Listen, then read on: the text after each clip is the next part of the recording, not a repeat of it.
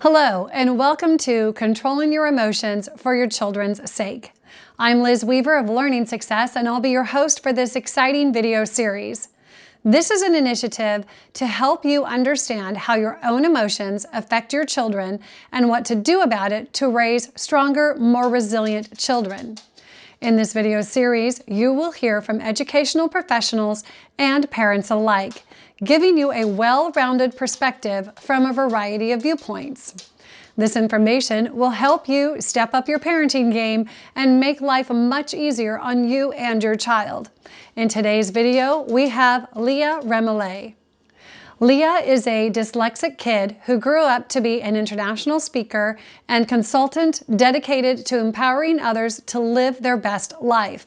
She is also the founder of The CEO Kid, an online academy that teaches kids timeless success principles through early entrepreneurial adventures. Leah is a wife and mom of 3 who happens to be obsessed with cheese boards, getting stamps on her passport, and impromptu kitchen dance parties. You can find out more about her at theceokid.com. Her video today is about where does a parent's emotional reaction come from? Let's watch. Does our emotional reaction affect our kids? Yes. I don't think that one can even be argued. But instead of focusing there, let's talk about where this emotional reaction is actually coming from. And I think it's actually a mindset issue more than anything else. I think that what's happening is there is a mindset issue around failure, where we believe that this means that we can't move forward, that we're stuck, that this is an indication of future problems. And it doesn't have to be. In fact, if we look at any great innovator in the history of the world, they had major setbacks. And the reason that they were so successful is because they had that grit. They had that tenacity where they kept on persevering. So what we actually want to focus on and teach our kids is that setbacks are part of the process, but perseverance is the answer to great success. If we can shift our mindset so that we stop looking at a negative situation as an indication of our job as parents or a dead-end road or whatever it might be. And instead we shift and think from a growth mindset and think, you know what, this is an indication that we've got some work to do right here. We need to do some pivoting. We need to do some adjusting.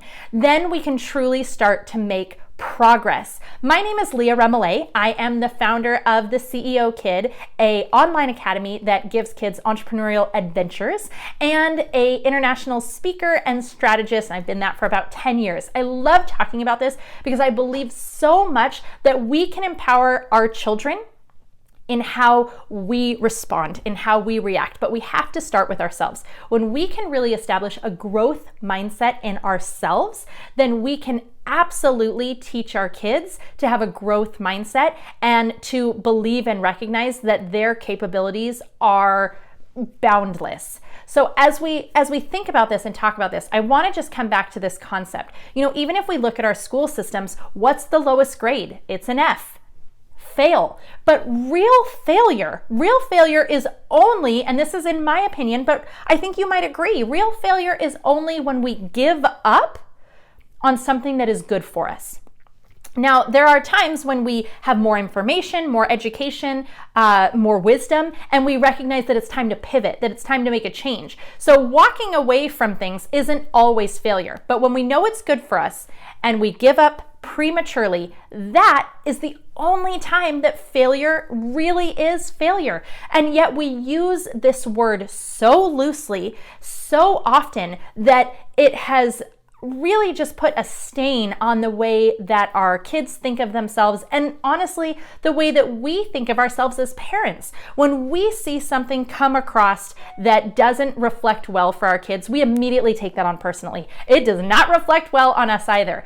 But if we can shift that, if we can change our mindset to realize that setbacks are the door to growth.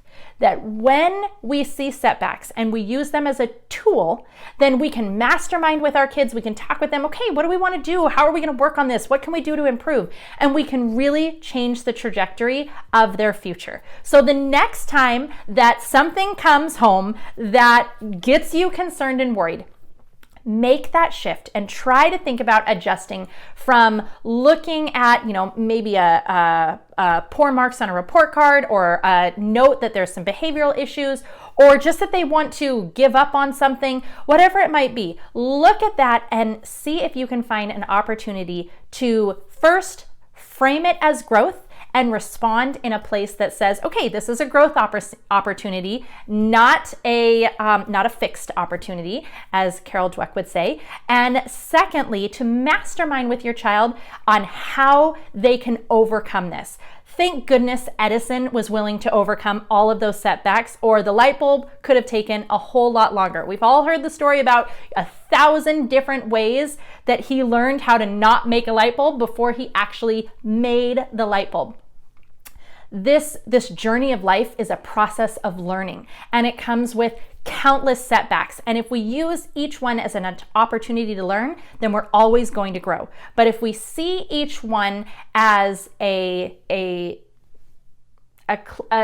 proof that we aren't doing enough, that we're not good enough, then we are going to be held back over and over. I hope this helps, and I hope that with this you can make a mind shift to really start looking at these setbacks as opportunities to start failing forward and growing even faster. Because let's be real, when we make mistakes, we learn so much quicker than when it comes easy. So maybe these setbacks aren't such a bad thing after all.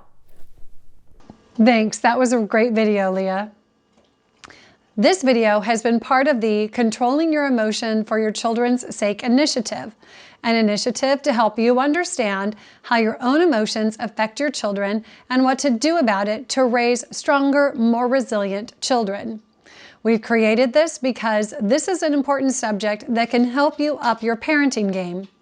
Please make sure to share the video and use the hashtag CYE, Control Your Emotions, so we can find you on social media.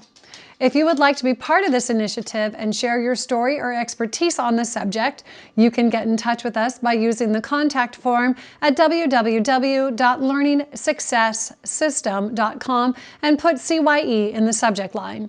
Thank you for taking the time to show up today and to watch and share this video. In case no one else has told you yet, you are an amazing parent. I appreciate you for showing up and doing the work it takes to embrace your child's brilliance and unleash their potential.